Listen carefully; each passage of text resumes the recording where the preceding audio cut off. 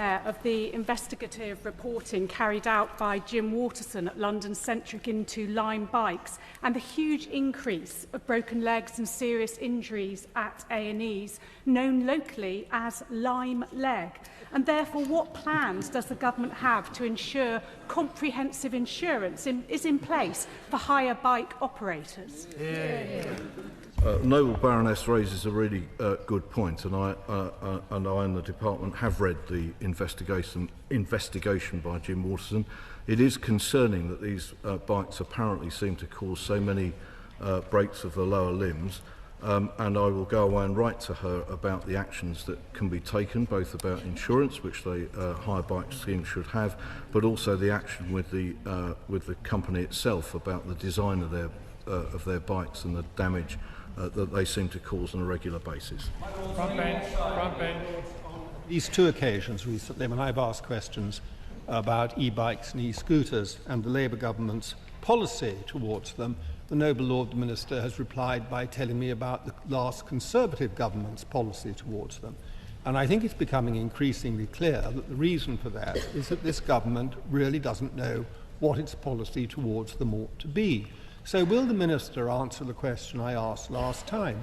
Is the government essentially happy for the current state of drift and danger to continue on our streets pretty well indefinitely?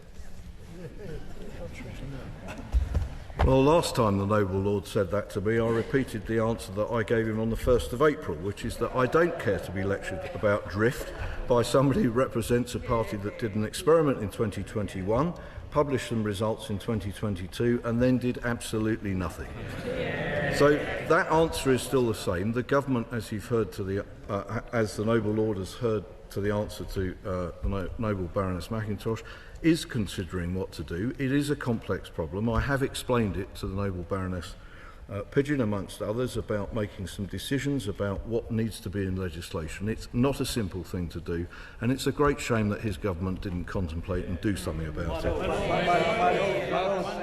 My Lord, somebody has to speak up on behalf of pedal bikes. I say that as somebody who cycled from London to Vienna and back many years ago when I was younger, and somebody who was also knocked down by a pedal bike about 2 or 3 years ago. My Lords, isn't the right policy to encourage the widest possible use of pedal bikes? It's healthy and it's good for the environment.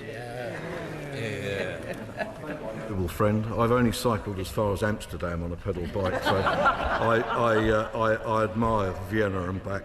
I'm not sure I could do it now.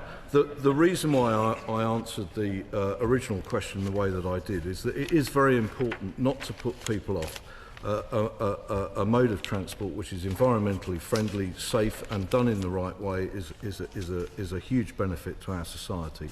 And that's why registration and insurance of pedal bikes is such a difficult issue, because it would undoubtedly put people off cycling. But we also have to recognise that there are behaviours about cycling in general and the use of e-bikes and e-scooters that are very threatening and damaging to pedestrians and can cause very serious accidents and death. And that's why the government intends to introduce appropriate offences to the Road Traffic Act 1988 about the more serious offences to be caused by dangerous, careless and inconsiderate cycling.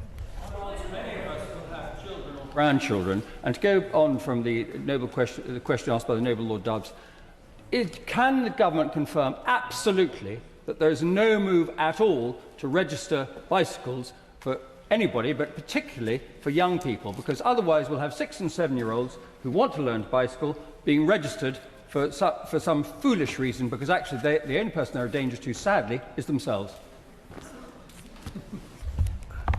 I share the Noble Lord's enthusiasm for teaching kids to cycle, and that's why I said to the Noble Baroness Mackintosh that the government has no plans to legislate for the registration or insurance of e-bikes or pedal bikes. The Minister keeps telling us that it's complex and difficult, but meanwhile he's not doing anything either.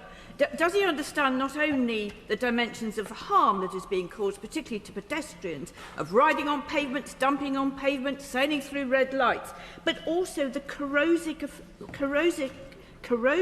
effect that this normalisation of antisocial and unlawful behaviour is having on public confidence in the tackling of lawlessness? The one thing I did not say was that the government is doing nothing. The government is considering very seriously what needs to be done in order to deal with this, and noble lords will know, because I put it in the library, that the range of legislation affecting particularly e-bikes and e-scooters across Europe and beyond gives some very difficult and serious choices about how to legislate and in which way.